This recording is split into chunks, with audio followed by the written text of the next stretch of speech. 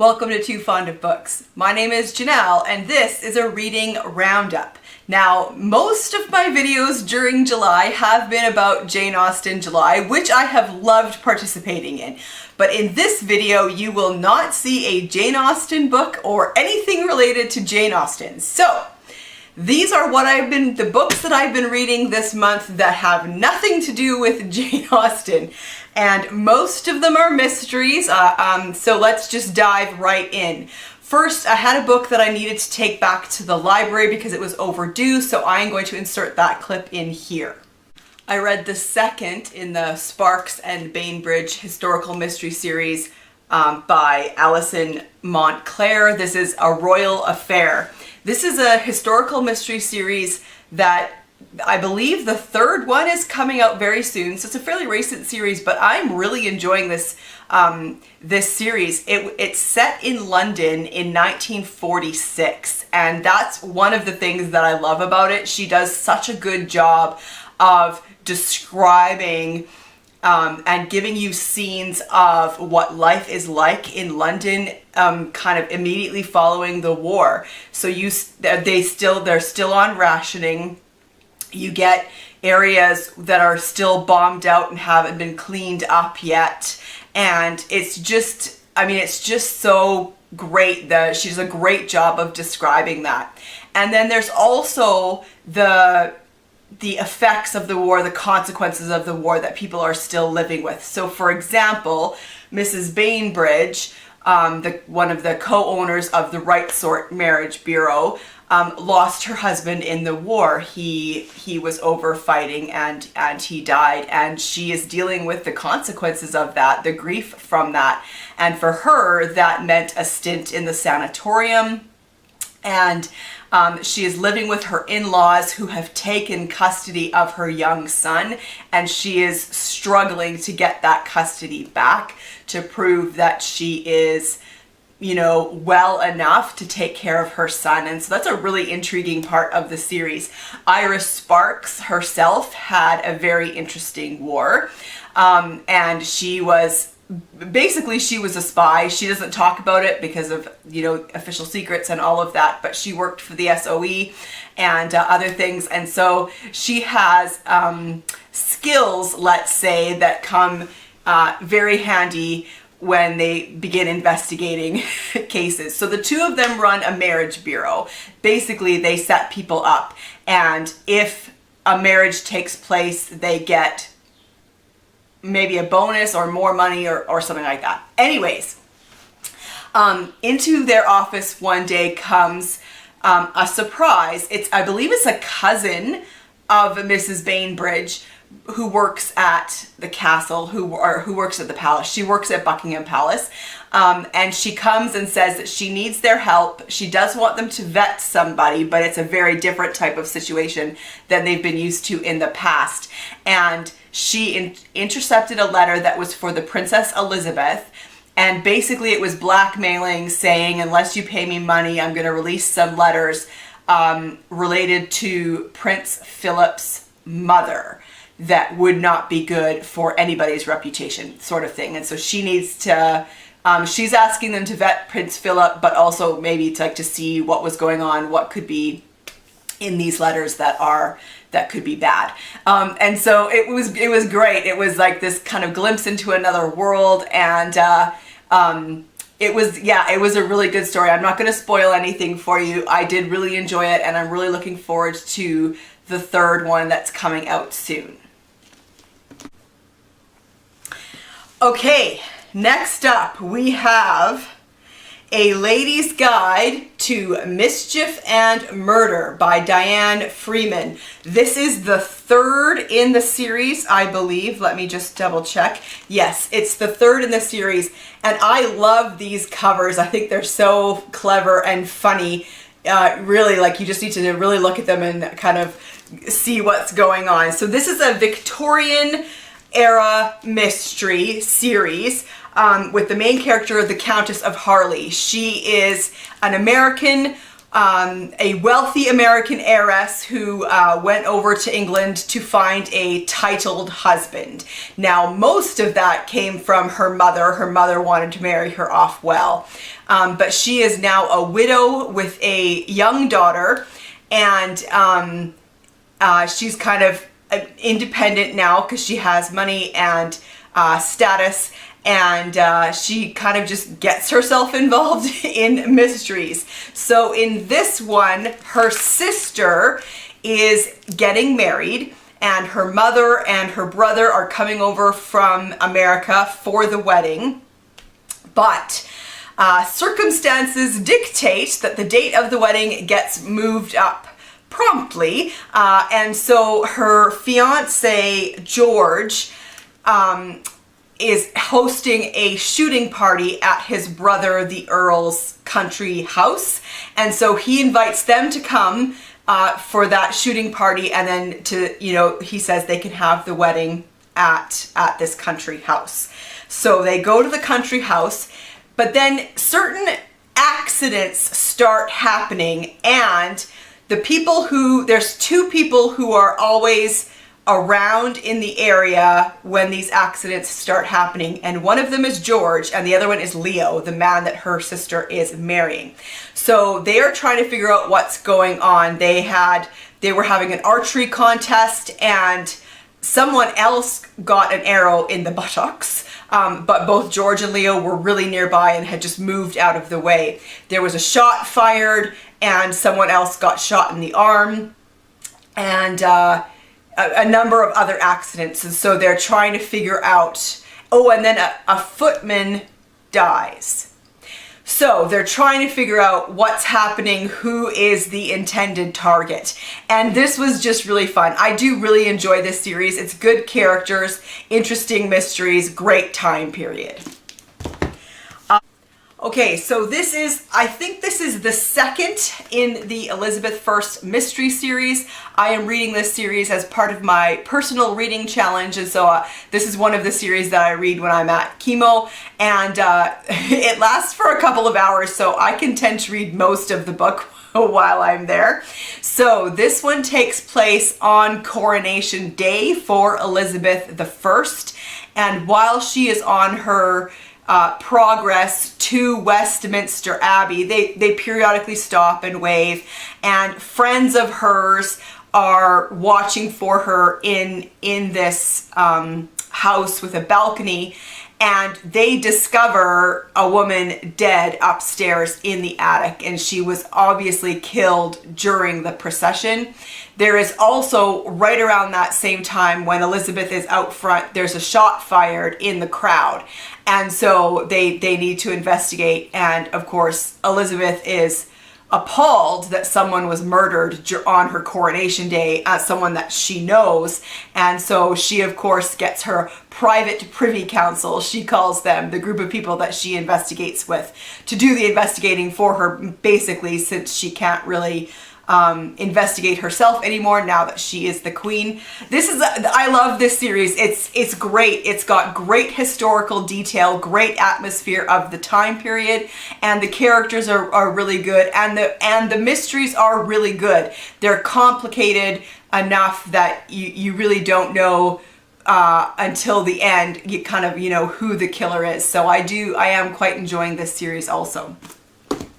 And then another book that I read that I'm reading for my personal reading challenge during chemo is Death of an Outsider by M.C. Beaton. This is part of the Hamish Macbeth series, and this is the this one is the third in the series. And again, these ones are quite short. I read most of this when I was at chemo. So, and this is what's funny, actually. I am now known as the girl with the book. At chemo, the nurses commented, they're like, we recognize you because you always have a book and fun socks. Okay, so in this one, Hamish gets sent to replace a local sergeant who is going away on holiday to the small Scottish village of Nauthen. He does not receive a warm welcome. They don't take well to outsiders. And one of the other outsiders in the village is an Englishman called William Mainwaring. And so he is a relative newcomer to the village, although he's been there for like 6 years. But he's gotten everyone's back up. And then, of course, he is found dead on a cliff outside the village, and Hamish needs to investigate. This is a great cozy series that I'm really enjoying rereading this series from the beginning. And then for Kate Howe's Summer of Suspense, I read The Burden by Mary Westmacott. This is a bind-up that I have of all 6 of her Mary Westmacott novels. And so we read The Burden, which was written in 1956, and it was interesting. It was an interesting book. We were all talking about it on the Zoom call, and we didn't really know what to do with it. Like we were having a hard time trying to figure out what kind of book it was. In the end, we came to the conclusion that it was romantic suspense. It's a book about 2 sisters. Laura, the book opens when Laura is a child. She is the 2nd child of a family. Her brother Charles is the golden boy. Her parents love him and quite obviously favor him over Laura. Laura is consistently described as a quiet child, withdrawn, and well-behaved, but just quiet. But then Charles dies of polio, and the parents just cannot get over it, and even kind of in their minds wish that it had been Laura that died, which is awful. Anyways, then they end up having another child, and it's another girl named Shirley. And Laura is intensely jealous of Shirley because Shirley is getting all the love that she had hoped to get from her parents. And then one evening her parents are away, and the nanny has an epileptic seizure and drops the candle, and a fire starts in the house, and Laura rescues Shirley from the fire, and from that moment on has a complete changeover in her feelings for Shirley. She now loves Shirley, possessively loves Shirley. Well, then their parents die only a couple years later, and Laura essentially raises Shirley. And then the story moves on to when they are grown up, and Laura she's trying to do her best by Shirley, and trying to get her skills so that she can have a job. And Shirley meets a man who Laura knows is not going to be good for her, but Shirley loves him, and so marries him. And anyway, then the story goes on from there, and it was interesting and different, and yeah, a little bit odd in places. But yeah, ultimately I did enjoy it. It was a bit weird though. I have to admit, it was a bit weird. Anyway, so that was The Burden by Mary Westmacott. And then I read The King's Speech by Mark Logue and Peter Conradi. This is a book that I found in a little free library, and I want to send it on to my mom. So I read it. I have a parcel ready to go that I wanted to put it in. So that's why I read it now. This is based on the diaries of Lionel Logue. So this is, of course, the same story essentially as the movie The King's Speech with these 2 actors. And so Lionel Logue is essentially a speech therapist, an untrained speech therapist. And he's originally from Australia, went over to England with his family, and ended up treating the king, King George VI. Now, he treated him before he was the king, when he was just the prince, and it's about their relationship and some of the methods that Lionel used in order to treat the king's stutter. And yeah, it was interesting, and I liked the time period because we went from the 20s to the late 40s, early 50s, and yeah, it was just an interesting read. And then I read The Human Flies by Hans Olaf Lahlum. I'm not going to say that correctly. This is a book originally written in Norwegian, translated by Carrie Dixon. This book was published in 2010 and translated into English in 2014. This is the first book in a series about Detective Inspector Kolborn Christensen. And it is set in Oslo in 1968. And so that was really intriguing. I liked that it was set in 1968. And he is a newly promoted detective inspector, and he gets called to a murder at an apartment building. And the man who has been shot is in his 70s. He was a cabinet minister, but more famously, he was a resistance fighter during World War II. So it's a big case. The media are interested. It's a small apartment building. There's a caretaker and his wife, and I believe 7 other people live in the building. And the very first thing that he has to figure out is how the murderer got away. There was no weapon found in the apartment, so they right away knew that it was murder, not suicide. However, the door was locked, and none of the other occupants in the building saw anyone leave, including the caretaker's wife, who stays by the door. And they just couldn't figure out how the murderer got away. And so it's good. It's a kind of a good classic mystery in that way. He very quickly becomes interested in the other people in the apartment, obviously then, as suspects in the case. And then he gets a letter from an old family friend, from a history professor, who says that he wants to talk to him about this case. And so because he's an old family friend, he goes to visit this professor. And the professor says, it's actually not me that wants to talk to you, it's my daughter, but I need to explain. And so he tells him about his daughter, Patricia, who is 18. They had her very late in life, and then she has recently been in a car accident and paralyzed. So she is now in a wheelchair and doesn't really leave the house. But she is a genius. She flew through school, advanced classes easily. She's brilliant.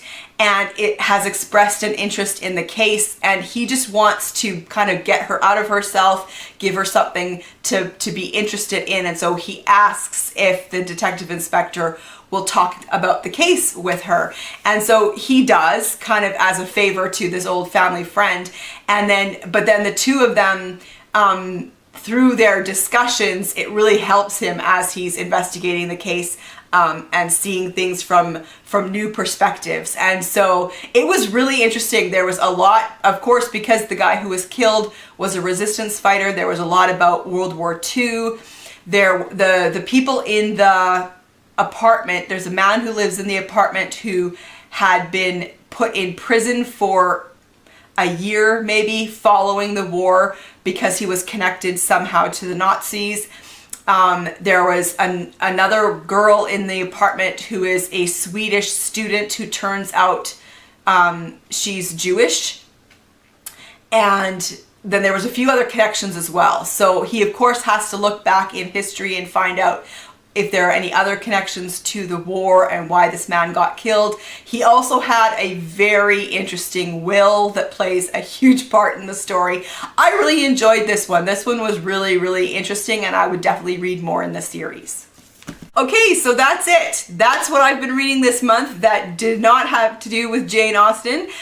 So what do you think? Have you read any of these books? I would love to talk with you about them in the comment section down below, and I will see you for another video soon.